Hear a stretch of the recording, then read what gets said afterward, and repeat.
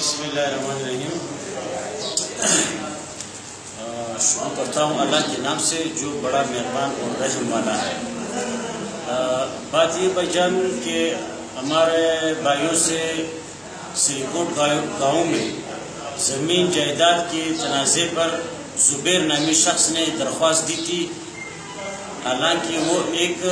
دکان میں رہ رہے، وہ کرائے کا دکان ہے، مالک مکان بھی نہیں ہے، وہ کرائے والا ہے۔ ہم لوگ اپنی جائیداد میں اپنا دیوار کر رہے تھے تو اس کا دکان کا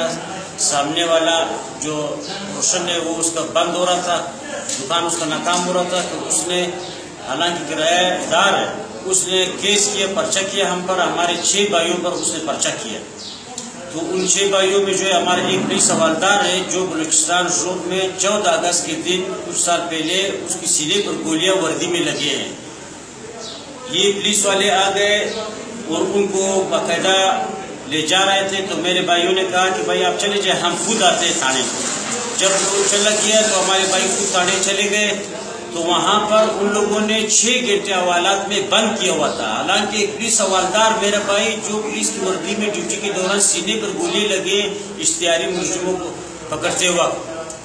سارا ریکارڈ وردی بھی آج بھی پڑا ہے، اس کا جو گولیوں لگی ہے وہ ریکارڈ بھی پڑا ہے، جو سینوں میں گولی لگی 4 گولیاں اس میں پھنسی ہوئی تھی، ڈاکٹروں نے نکالی آپریشن کر کے۔ اس بھائی کو بھی عدالت میں بند کیا تھا حوالات میں، اور بھائیوں کو بھی بند کیا تھا۔ پھر رات کو 9-10 بجے چھوڑا ہے، اس شرط پر چھوڑا ہے کہ آپ لوگ چلے جاؤ، جس بندے نے آپ پر پرچہ کیے اس کو راضی کرو، بس کیس ختم ہے۔ تو جب وہ آ گئے صبح پھر اس کے پیچھے چلے گئے، وہ بات نہیں کر رہا تھا،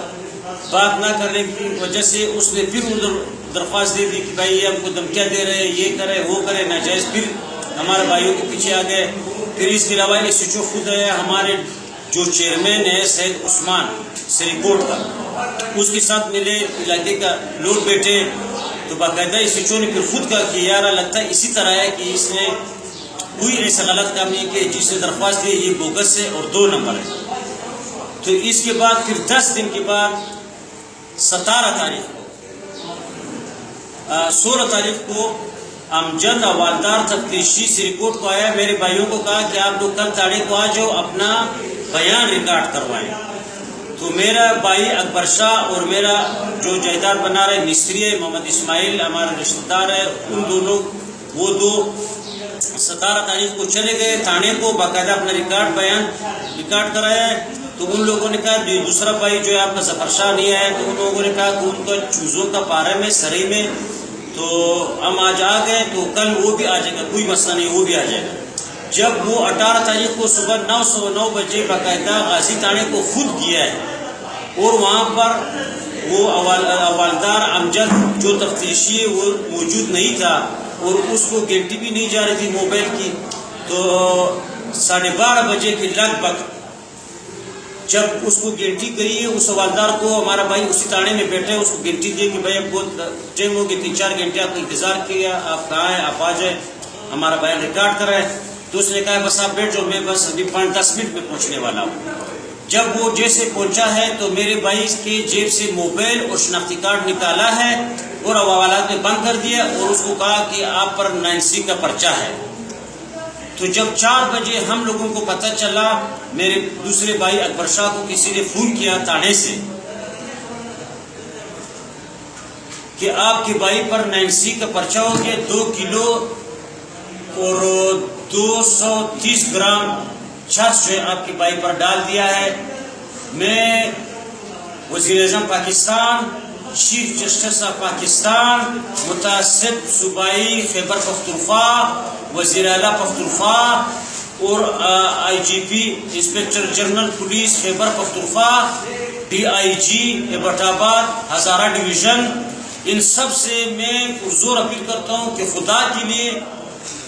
یہ ایک میرا بھائی نہیں، جہاں تک مجھے پتہ چلا ہے ہری پور اور غازی میں جتنے بھی کیس ہوئے ہیں لوگوں کو پکڑے ہیں، ایک سگریٹ کا چرس صاف نہیں ہوگی، ان پر جو ہے کلو 2-2, 3-3, 4-4 کلو ڈالا ہے۔ اگر کسی نے DIG کے دفتر میں، IG کے دفتر میں، حکومت کی زموار کسی بھی دفتر میں ان بندوں کو لے جو لوگ کہتے ہیں کہ ہم نے اس کے باعث سے ظفر شاہ سے اتنا چرس برآمد کیا ہے،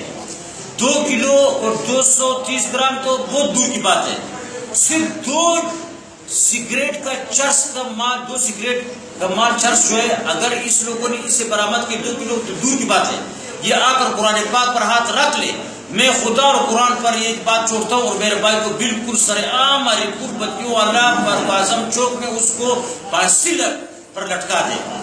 اگر ہمارے ساتھ یہ ناجائز ہو رہا ہے اور ہریپور غازی کے عوام کے ساتھ پولیس یہ دہشت گردی، یہ ناجائز ظلم کر رہا ہے، تو اس کی پھر ہم لوگ یہ مجبور ہوں گے کہ احتجاج کریں گے۔ اور ہمارا پروگرام بھی ہے کہ کل میں باقاعدہ DIG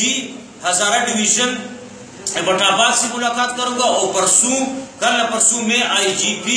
خیبر پختونخوا پشاور جا رہا ہوں، وہاں سے ملاقات کر کے باقاعدہ آ کر سری کوٹ میں احتجاجی جلسہ کروں گا اس تھانے کے خلاف۔ ان ناجائز جو کھالے بھیڑے ہیں پولیس میں، حالانکہ پولیس والے ہمارے عوام کے محافظ ہیں،